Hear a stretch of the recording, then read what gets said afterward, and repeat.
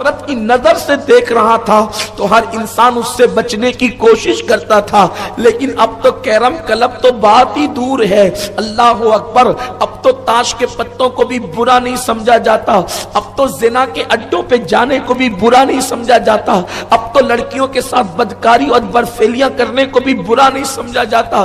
میرے پیارے آقا علیہ السلام کے پیارے دیوانوں، پہلے ہمارے شہر کا ماحول یہ تھا کہ اگر کسی کی بیٹی کے متعلق پتہ چلتا کہ اللہ اکبر وہ اپنی سہیلی کے گھر جا کر کے رک جاتی ہے تو اس کے رشتے ہونا مشکل ہوتے تھے، اور آج تو بیٹیاں 3-3 4-4 دن جو ہے وہ ٹرپ پر چلی جاتی ہے، کوئی اس کو عیب بھی تصور نہیں کرتا۔ یعنی سوچ کتنی بدل رہی ہے آپ جانتے ہیں، فکر کتنی بدل رہی ہے آپ جانتے ہیں۔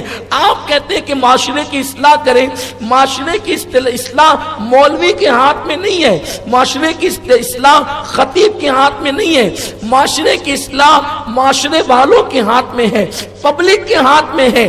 آپ گناہ کو جتنی دشمن کی نظر سے دیکھو گے لوگ اتنا ہی گناہوں سے بچنے لگیں گے، لیکن آپ نے گناہ کو گناہ نہیں سمجھا، آپ نے برائی کو برائی نہیں سمجھی، اسی لیے جو ہے تیزی کے ساتھ گناہ سماج میں آتے جا رہے ہیں۔ میرے پیارے آقا صلی اللہ علیہ وآلہ وسلم کے دیوانوں، یاد رکھنا یہ مغربی تہذیب کی بہت بڑی چال بازی ہے، یہ دشمنان اسلام کا بہت بڑا جو ہے وہ ہمارے ساتھ مکر اور فریب ہے کہ انہوں نے ہر گناہ کو جو ہے وہ معاذ اللہ استغفر اللہ الیاذ باللہ فیشن بنا کر کے پیش کر دیا۔ اب ہم فیشن کے نام پر ہر چیز کو لیتے ہیں، جبکہ مغربی تہذیب کی کوئی حیثیت ہی نہیں ہے، مغرب میں کوئی تہذیب ہے ہی نہیں۔ کھڑے ہو کر پیشاب کرنا کوئی تہذیب ہے؟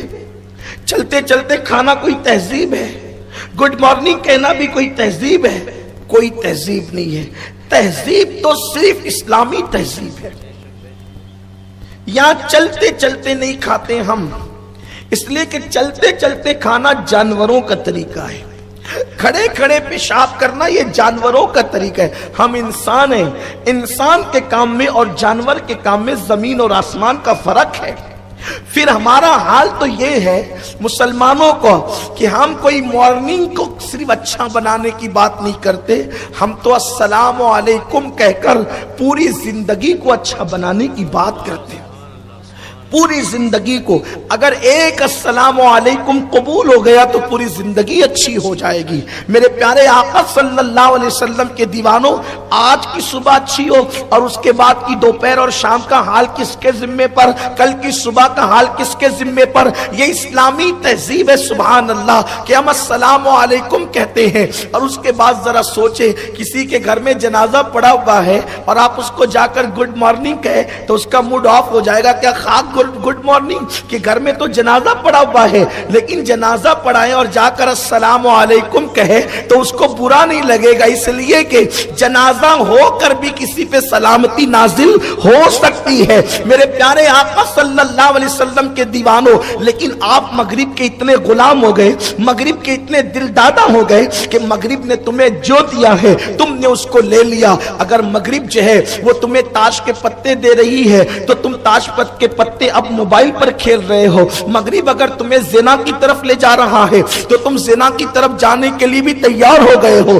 اگر مغرب تمہیں ماں باپ سے دور لے جانے کی کوشش کر رہا ہے، مغربی تہذیب اور فیشن کے نام پہ تم اپنے ماں باپ سے بھی دور جا رہے ہو۔ دیکھو انسان کے بچے میں اور جانور کے بچے میں فرق ہوتا ہے۔ جانور کا بچہ جب تک دودھ پیتا ہے اس وقت تک ماں باپ کے قریب رہتا ہے، جیسے دودھ پینا ختم ہو گیا وہ ماں باپ کا ساتھ چھوڑ دیتا ہے۔ لیکن قربان یہ اسلامی تہذیب ہے، ہم صرف دودھ پیتے وقت تک ہی ماں باپ کے قریب نہیں رہتے، بلکہ دودھ پینا بھی ماں باپ کے قریب، انگلی پکڑ کے چلنا بھی ماں باپ کے قریب، سونا بھی ماں باپ کے قریب، حتیٰ کہ اللہ کی عزت کی قسم کہ نبوت کے منصب پر فائز ہونے کے باوجود بھی اللہ کے انبیاء ماں باپ کے قریب رہتے ہیں اور دنیا کو بتاتے ہیں کہ دنیا والوں دیکھ لو، اگر مقام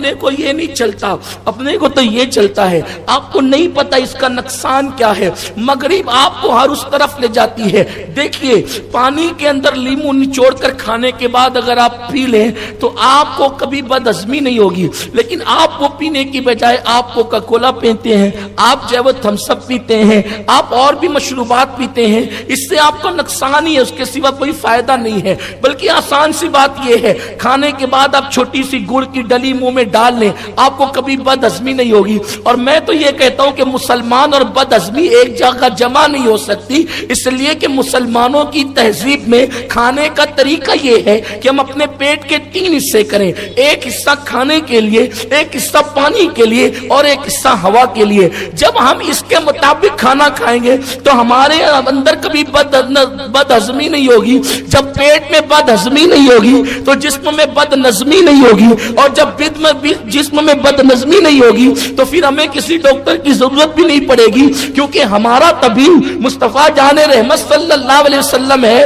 آپ نے کبھی سنا ہوگا کہ ایک شخص مدینہ منورہ پہنچا اور اپنی ساری ڈگریوں کے ساتھ پہنچا تاکہ میں مدینہ منورہ کی بڑی بستی کو کور کروں اور یہاں پر میں لوگوں کا علاج کروں۔ تو پھر کیا ہوا، وہ بہت دن تک کے وہاں رہا، اور رہنے کے بعد اس کے پاس کوئی آیا ہی نہیں، کوئی مریض اس کے پاس پھڑکا ہی نہیں۔ تو وہ لوگوں سے پوچھنے لگا، بھائیو آخر میرا دوا کھانا، میرا مطب یہاں نہیں چلتا۔ تو اس نے کیا، لوگوں نے کہا یہاں تیرا مطب چل بھی نہیں سکتا، اس لیے کہ جہاں نبی کے غلام ہے وہاں پر بیماری نہیں ہے، وہاں بیماری نہیں ہے۔ تو کہا کہ کیوں، آپ لوگ بیمار کیوں نہیں پڑتے؟ تو ان لوگوں نے فرمایا ہم اپنے محبوب کی سنت کے مطابق کھاتے ہیں، جب بھوک لگتی ہے تو دسترخوان پہ بیٹھتے ہیں، اور ابھی بھوک باقی ہوتی ہے تو دسترخوان سے اٹھ جاتے ہیں، یعنی بھوکے بیٹھ کر بھوکے اٹھ جاتے ہیں، اس لیے ہم بیمار نہیں پڑتے۔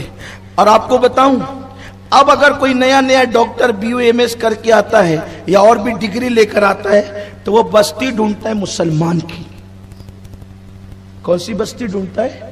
مسلمان کی، کیونکہ اس کو پتا ہے کہ یہاں بیمار واللہ کہہ رہا ہوں۔ مجھ سے بھی کوئی مشورہ لیتا ہے نا کہ دوا کھانا کہاں چلے گا، تو میں نے کہا کہ جھوپڑ پٹی میں ہی جاتا ہوں، وہاں چلے گا۔ کیوں؟ نہیں، مذاق نہیں کر رہا ہوں، ہنسنے کی بات نہیں ہے۔ حیرت ہے، تمہارے دین کی اہمیت تم نے نہیں سمجھی، دوسروں نے سمجھی۔ تمہارے بچے ننگے پھرتے ہیں نا، جہاں جگہ ملی وہاں پیشاب کرتے ہیں، وہاں پہ پاخانہ کرتے ہیں، کہیں بھی تھوکتے ہیں۔ یہ اسلام نہیں ہے، ننگا پھرنا اسلام نہیں ہے۔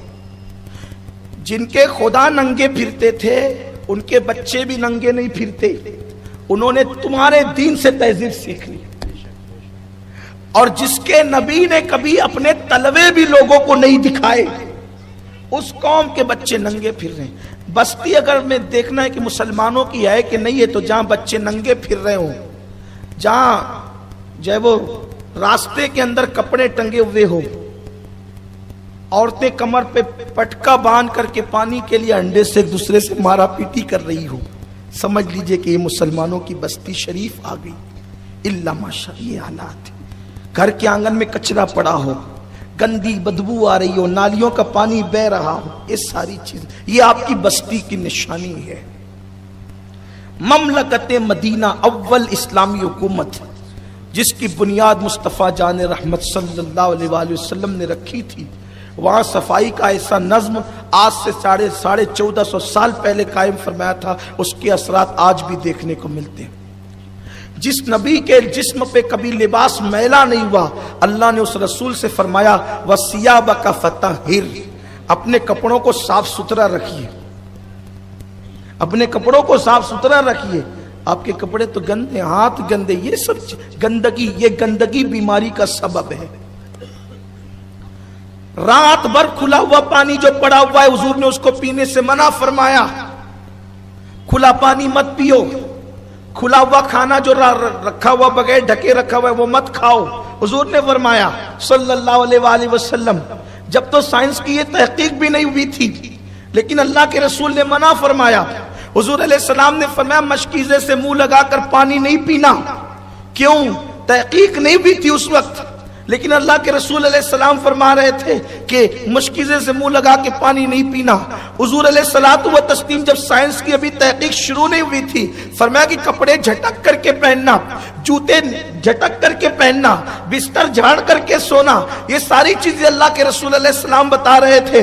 ہم نے اپنے دین کی قدر نہیں کی، دوسروں نے اس دین سے فائدہ اٹھایا، مسلمانوں نے اس سے فائدہ نہیں اٹھایا۔ میرے پیارے آقا علیہ السلام کے پیارے دیوانوں، اللہ کے رسول صلی اللہ علیہ وآلہ وسلم نے کبھی جو ہے ڈبل روٹی، بیکری والے ہو تو ناراض نہیں ہو میرے ساتھ، میں صرف آپ کو بتا رہا ہوں، حضور نے ڈبل روٹی کبھی ہاتھ بھی نہیں لگایا، جس کو آپ پاؤ کہتے ہیں، میدے کی بنی ہوئی روٹیوں کو کبھی حضور نے ہاتھ بھی نہیں لگایا۔ کیوں؟